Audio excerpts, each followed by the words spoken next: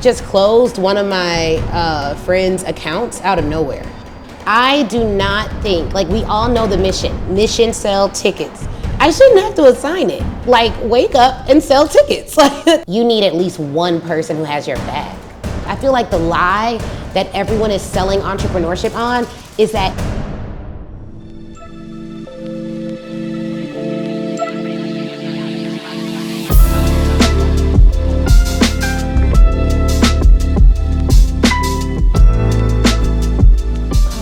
go to this meeting so I can get back to work. I really dislike meetings.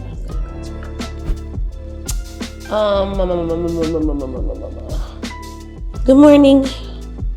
So right now I have another Google sheet that I've been working off of. If there is something you're not sure of and it relates to sales, just always check first before giving me those numbers, because otherwise I'm relying on that and I'm like, okay, and I have to make real-time content decisions. I'm making a lot of posts during this tour to sell it out, and doing a lot of DMing. Like, I think I DM'd like 80 or 90 people, and I was making 3 to 5 posts a day, plus stories, plus whatever the team scheduled. And then I would love to have a social media manager that could be in it so that they're the ones updating and looking like, okay, we have 5 left. They're making a post about 5 seats left, but we don't have that. So what we've been doing is I just have been tracking it on my own because the numbers weren't right based on the testing that we did. So I think right now, Atlanta is actually sold out. Atlanta has sold, it says 64 and 9 on here. And I think that's right, 64 and 9. Yeah, so Atlanta has oversold. So Atlanta's numbers are correct. The goal for VIP is at 20 per city, correct? I mean, that'd be great. The goal is 10 per city. The DMV has sold out of VIP. We could do up to 15 per city. I think, how many workbooks did we order, or are we ordering? We are ordering. We are ordering. Actually, you said 15 per city plus 1 for you. Yeah, but I just need one. I think if we do 15 per city, that's fine. Cause I would love to not have the price too high. Now, if we do 20 per city, one thing we could do is sell them live. We just need to make sure that we're prepared for that. If we order 20 per city, I'm fine with that as long as someone could like sell them live. So maybe that's Chris, or it's like, hey, before we start, if you want to upgrade to VIP, like we have 5 additional workbooks. So when they're checking in, that person who does check-in needs to be selling them VIP live, and they can just check out right then and there with the QR code and buy it.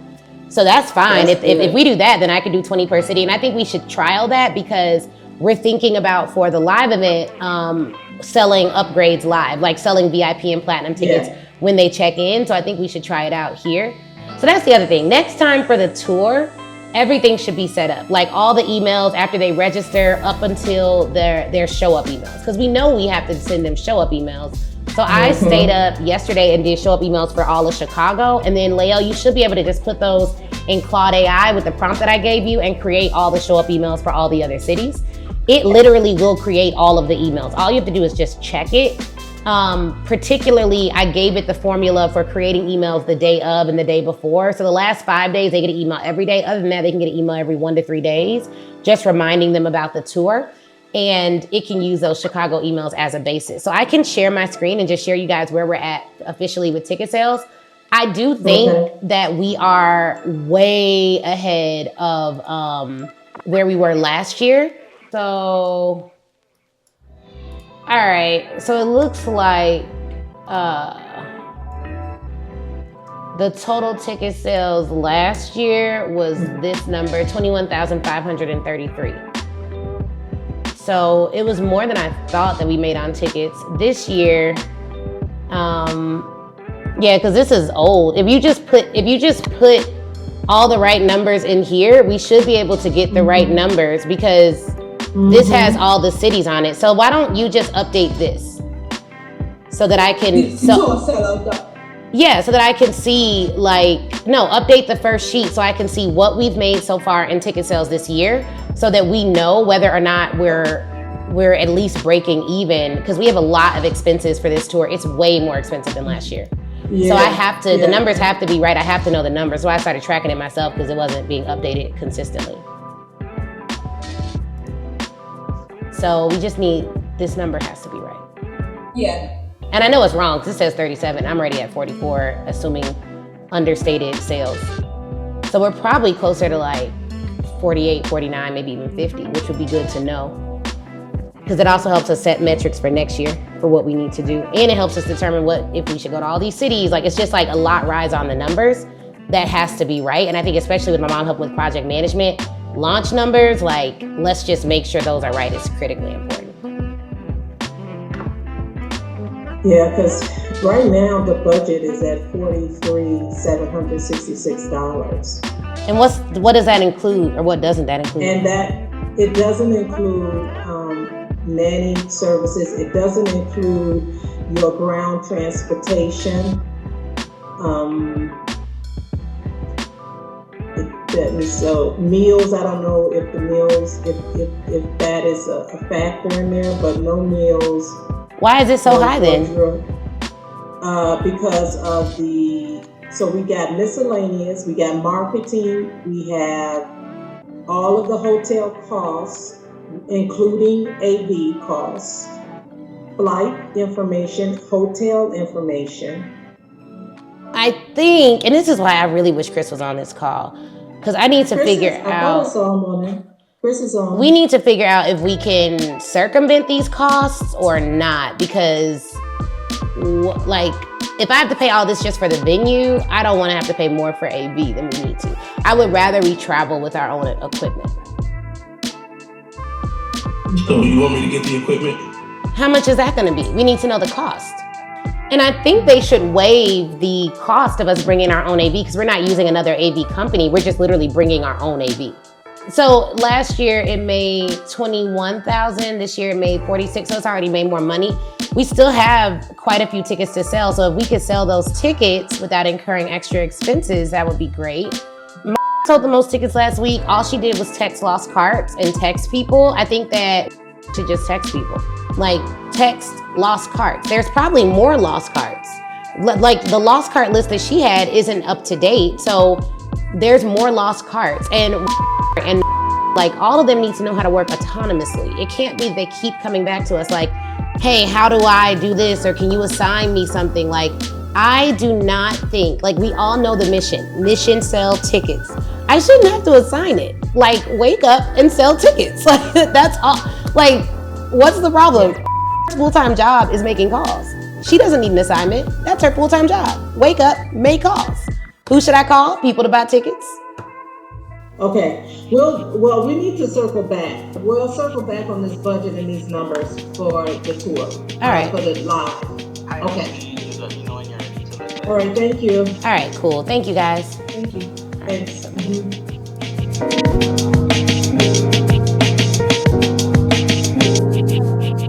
This, and this happens. If they have this type of experience, you want to highlight this. If they don't, you want to highlight this. These are the 10 things I want you to check for every time. You'll literally train it like a human, and then for your resume writing, you should be able to like 4 or 5x that.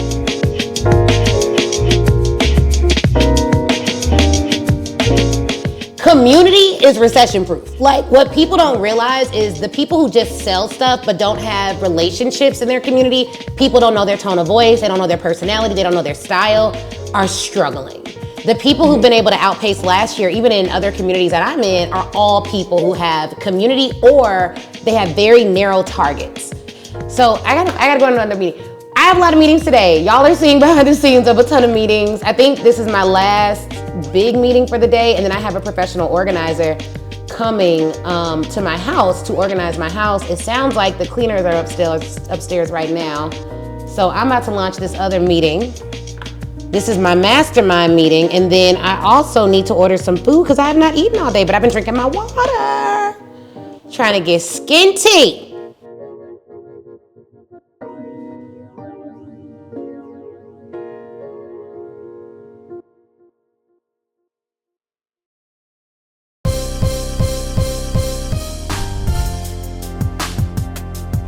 For everything you sell, you need a vehicle. Sales call, talent. Our event is a vehicle. It's one way you can sell an offer. You're marketing not just for sales, you're also marketing for data. In your portal, it shows you how to have a brand guide. What brand guides do is it ensures that no matter who designs your stuff, it looks the same. I help y'all land 5- and 6-figure contracts, but there comes a point in your business where you are the one giving 5- and 6-figure contracts. You cannot afford not to come to this event. You are missing out. There is so much energy at a place like this. Everything has been epic. I've never been to a training where I've been engaged in literally every session. This mastermind has truly changed my life. My mindset has shifted. It has allowed my business to grow tremendously. 6-figure speaking contracts. Get in the room. This is unlike any conference that I've ever experienced, and I am a conference junkie, information junkie. I've been to all the things, but I have never been to an event like this. If you make it from a certain spot, go back higher, go back further, shoot it again. And if you make it from that spot, then you realize, hold on, this may be too low of a rim. The hardest thing to be in life is yourself. Why? It's because it's the noise. Too many of us are believing what other people are saying about who we should or should not be.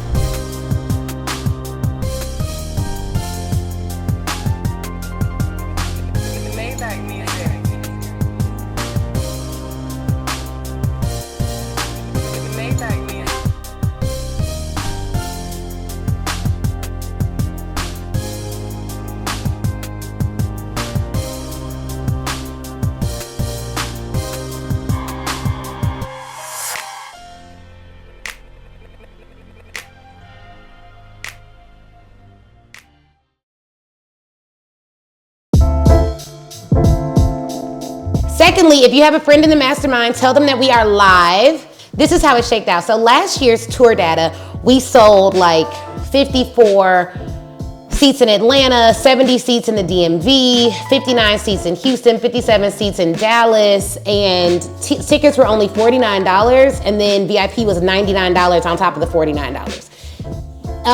Last year, tour ticket sales made $21,533 total. Like that was the tour ticket sales. Now with the upsells, I don't remember, I think like in each city, we probably had an additional, maybe additional like 15,000 or so was made per city, and it was 5 cities. I think that was about average.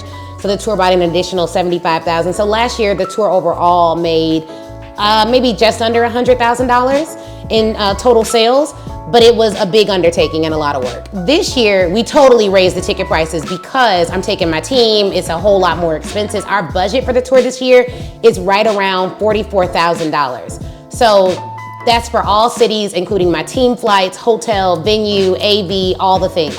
So this year, the tour has already made $46,000 because of the increase in ticket prices. So I share that with you guys so you all can see how drastically important it is to price things for the budget that you're about to have. Otherwise, it just won't work out. Now, the cities that are sold out, Atlanta, DMV, New York, Chicago has 4 seats left in order to sell out. And then Dallas now has 10 seats left in order to sell out. And Houston has 20 seats left to sell out. So my team is on the phone doing all the things. Push come to shove, I might, if I need to for Texas, run an ad to a webinar in Texas and just sell them tickets out on a webinar if I have to. I don't think we'll have to. I'm pretty sure it'll sell out, but if I want to sell them out faster, that may be what I do to just get it over with because I have other stuff to promote. So this was the script that I used to send Instagram voice notes, and this sold several tickets. Like anyone that listened to it was like, oh my God. And then what I would say is like, you look like a VIP person. We only got 3 VIP seats left. So if you want one of those seats, you need to get it. And people were responding like, girl, I am a VIP person. Let me get my ticket right now. Like they were really like into it. So that was really dope. So this worked really well. I'll share a copy of this with you. And then you just have to, we tailored it for each city. Yes. So first off, I'll say this. If anyone's had a rough 2025, just put like rough in the comments, okay? Because here's the thing, y'all. We're women. You know what I mean? And so I feel, and all of us on this call are women, and it's like, for women, it is different when like you have something going on in your marriage, or like me and Chris have a fight and then I gotta come and do a call, or it is different when you find out something is going on and you don't, it affects you. But the skill set that I've had to develop, and it is a skill set, is how am I going to change my emotional state to be consistent no matter what's going on? And one of the things that I've done strategically, and I've even worked through this with my therapist, is I will think through the worst possible scenario just to prove to myself that I can survive anything. And then from that, I'll be like, okay, when this happens to me, this is my action SOS plan. And it's typically, I'm gonna listen to a Michael Todd Crazy Faith series. I'm gonna put on my gospel music. Even going outside and running, just being in the sun. I know me and Wani have talked a lot about, like, for both of us, I think it's similar where, like, I have to get a certain amount of sun. We canceled our anniversary trip to go to Chicago because we looked at the weather and it was all gray, and I was already feeling sad. I was like, I can't go there. And I lost money on the flight. I was like, no, I'm not. Atlanta has sun, Chicago has, oh great, I will not be in Chicago. So you do need to know you need to hack yourself, right? So what can you work through, what can't you work through? And then you need to know, when shouldn't I work because it's too tough, you know? So everyone does need to have their own self-care plan of, like, if I go to this dark of a place and I'm thinking these kind of I'm not gonna work. It's not worth it. But when you don't work, I'm also not gonna beat myself up for not working, so that my rest can actually be restorative instead of just, like, I rested, but it wasn't restorative, okay? All right, talk to y'all later. 3 hours of coaching, Jesus help me. Okay guys, so y'all saw me do a lot today. I feel like today it's just a meeting day, and meetings are so critical to businesses. They just personally drain me.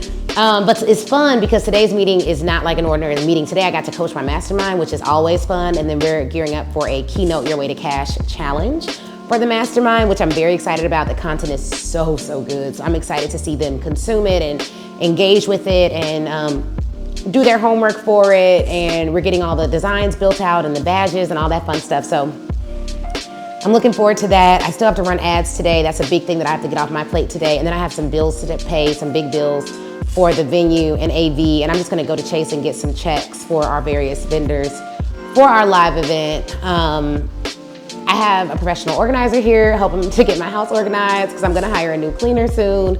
My mom's been helping me out a lot with just everything. We're still trying to find the great nanny for Christelle and the perfect school fit for Christelle. I think she's gonna go to the public school in our area this year, and then we'll see if it works out. We may keep her there, or we may go to a private school next year.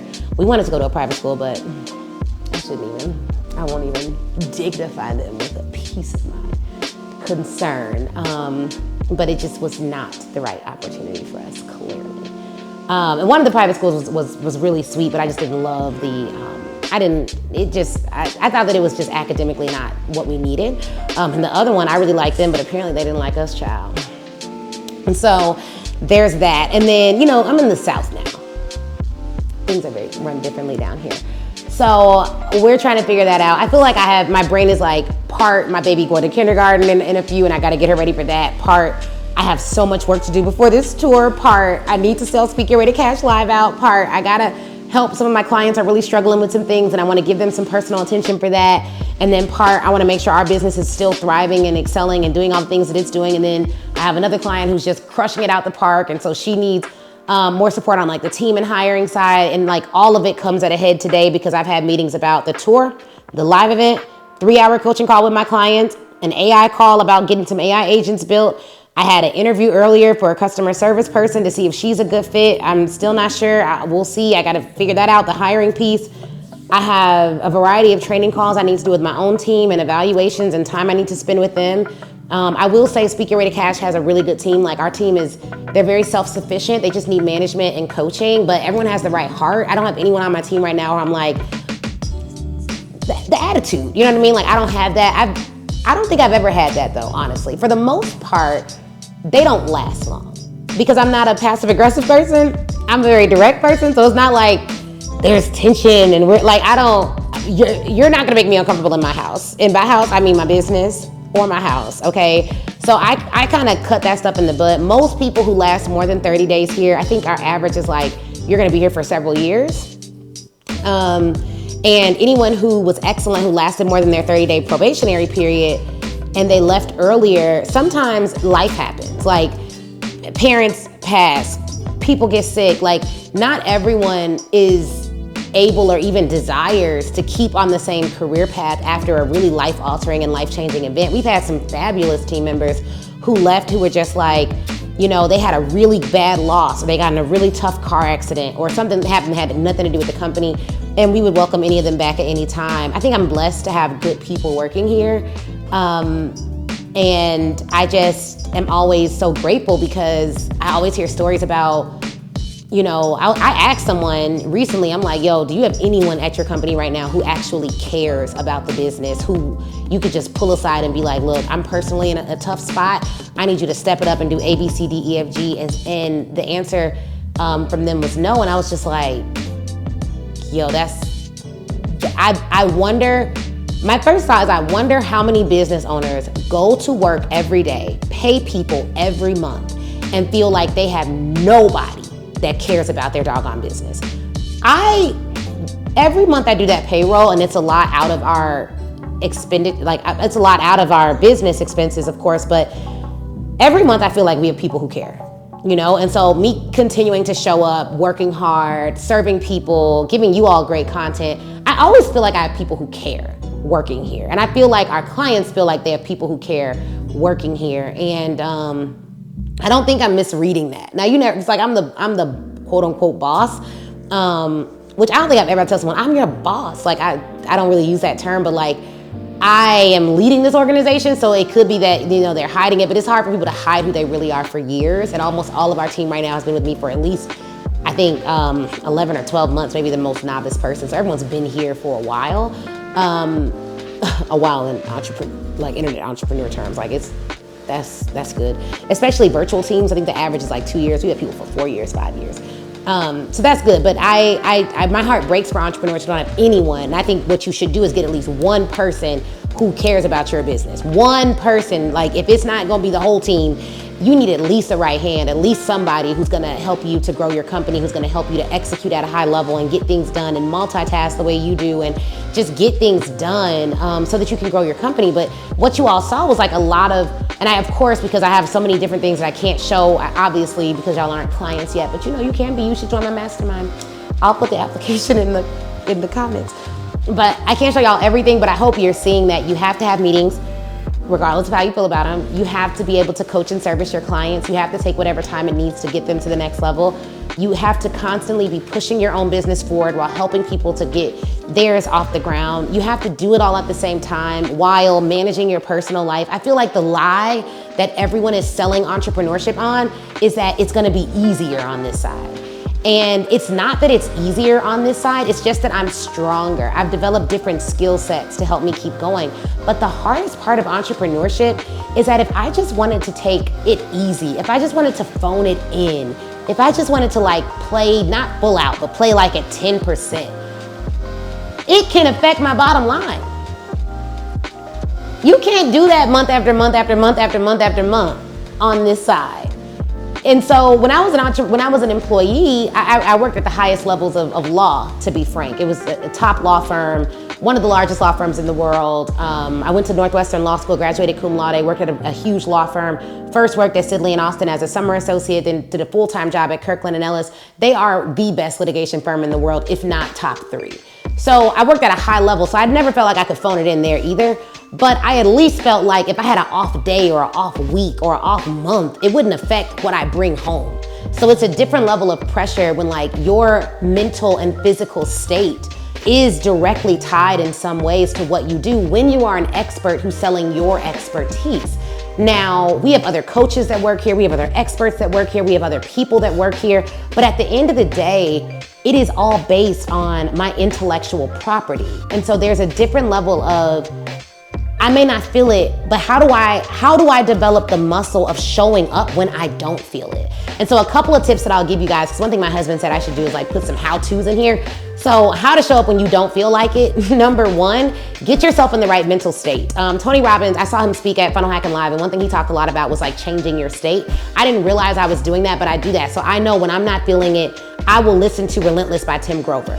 I will listen to gospel music. I will pray. I will go outside in the sun. I will talk to my girlfriend who's also like moving things forward. Like I will change what I'm watching. I will like set a date night or reward. Number 2, you gotta change your mental state. Number 2 is you need to set, if you don't feel like working, do not start with the work, start with the plan.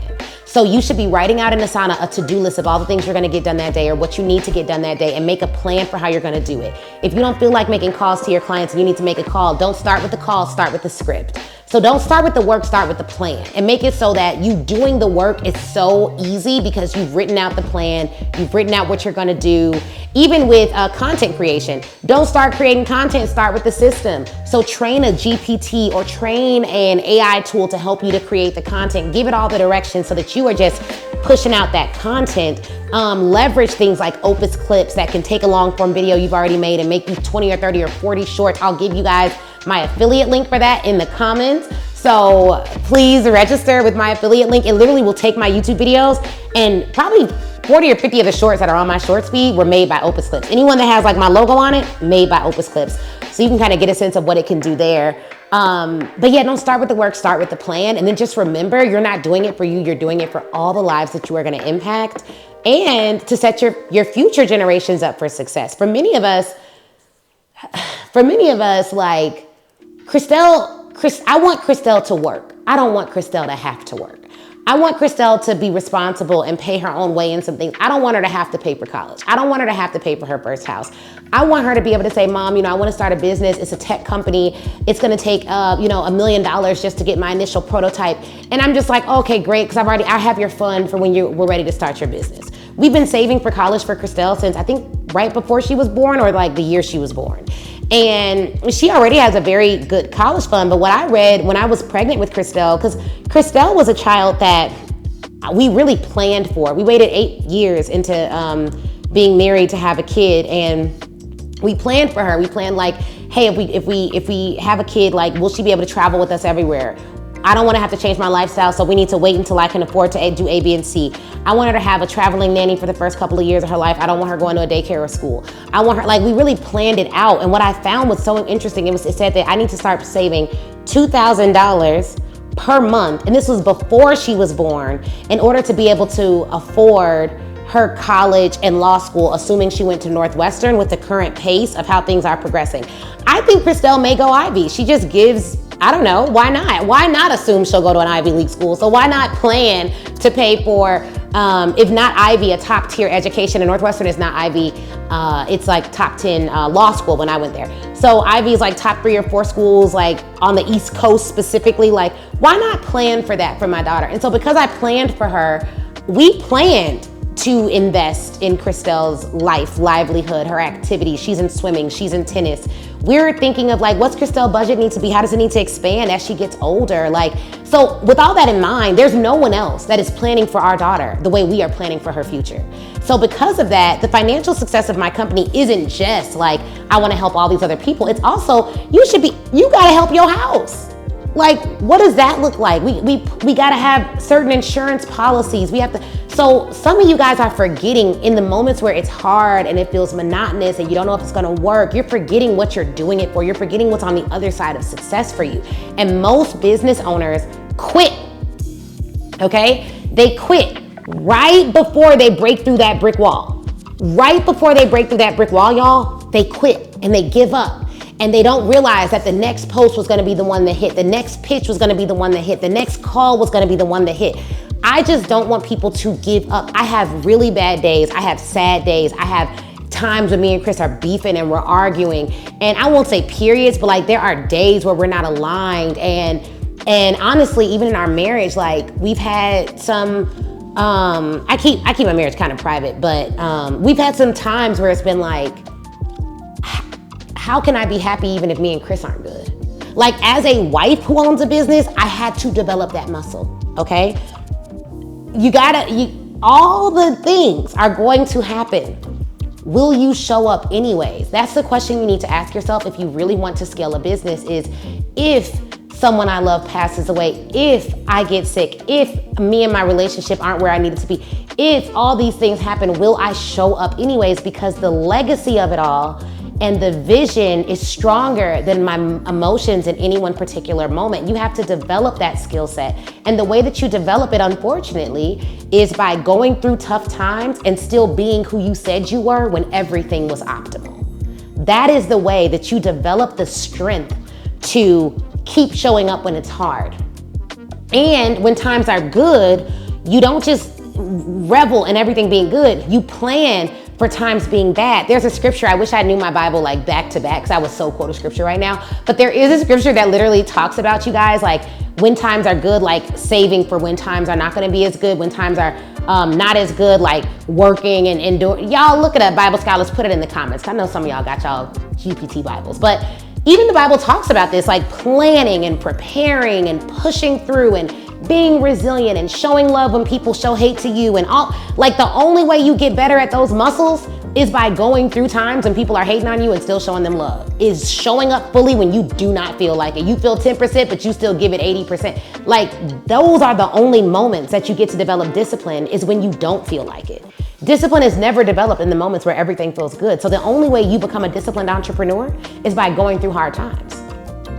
So when people say they want to scale requires discipline, but the only way I'm going to develop discipline is by going through times where it just does not feel good. And when I say doesn't feel good, like I mean in your heart it don't feel good.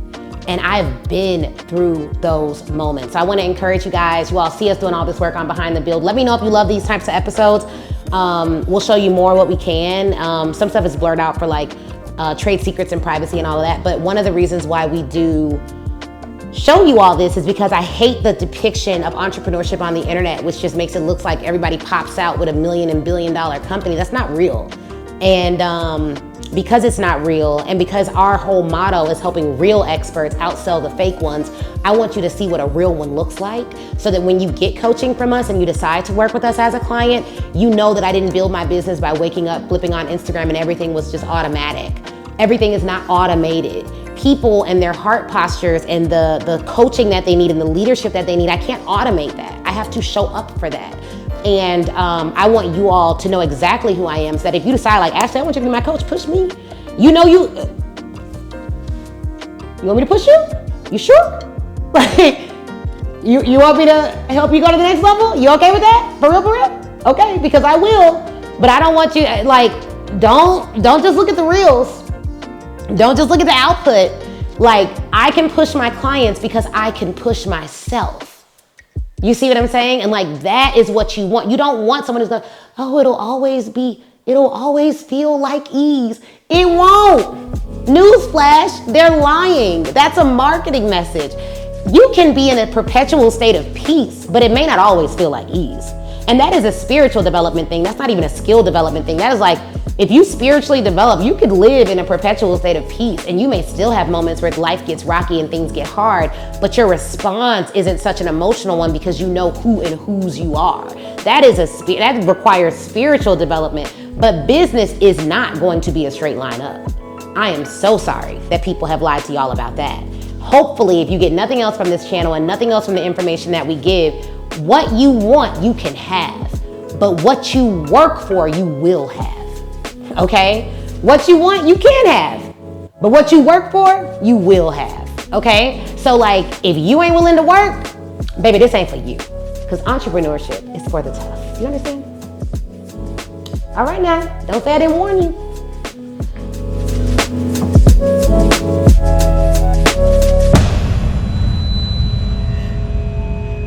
All right, guys, so y'all typically don't see me like this. I am out in the wild today. Me and my daughter did a mommy-daughter day. God is great. Thank you for our food and meal. Whoa. It's great. It's like, what's the meaning of this piece? Oh, snap. Oh, snap.